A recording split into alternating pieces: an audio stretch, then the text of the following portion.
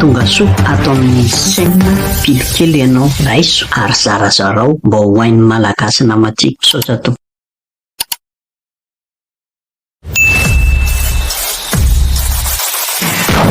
afatra ho an'ny pecto sy rahalava avy amin'ny meiza mivilia lisany lalana raha senda mifanojo amin'ny meiza manomboka izao. Za zany mba te hanafatra fotsiny ho anareo rehetrarehetra izay nanao ratsy anao, ho anareo rehetrarehetra izay tsy namerina trosa, ho anareo rehetrarehetra izay fantatro fa mifosafosana any ambadikany manaratsiratsy anao na anaty commentaire rehefa tsy hita masoko reny dia manafatra anareo fotsiny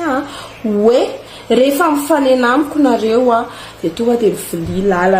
vilia lalana nareo dia ataovy ohatrany hoe tena tsy mifankafantatritsika tsy maninona mihitsy fa za manko raha vao ohatra ka mbola metsara velatsia nareo manantona dia bonjour ma chérie, tu es belle sy ny rehetrarehetra sy ny je t'aime be andohanao kalay dia za miteny mafy be tamiko eny mason'olona eny hoe jere fa tia le nanao an'izao anao. Zay fotsiny ny afatra za manko tsy dia manana metsara velatsia dia manjary mampanaelo sy hoainina be nareo fa za tena tonga dia miteny mafy be ny mason'olona tamiko hoe tia le ananako 50,000 tamin'ny telo taona tsy naverina iny kony dia manafatra fotsiny hoe rehefa ohatra nareo ka mifanena amiko dia tsy maninona mihitsy na tsy ohatran'olona tsy fantatrareo arany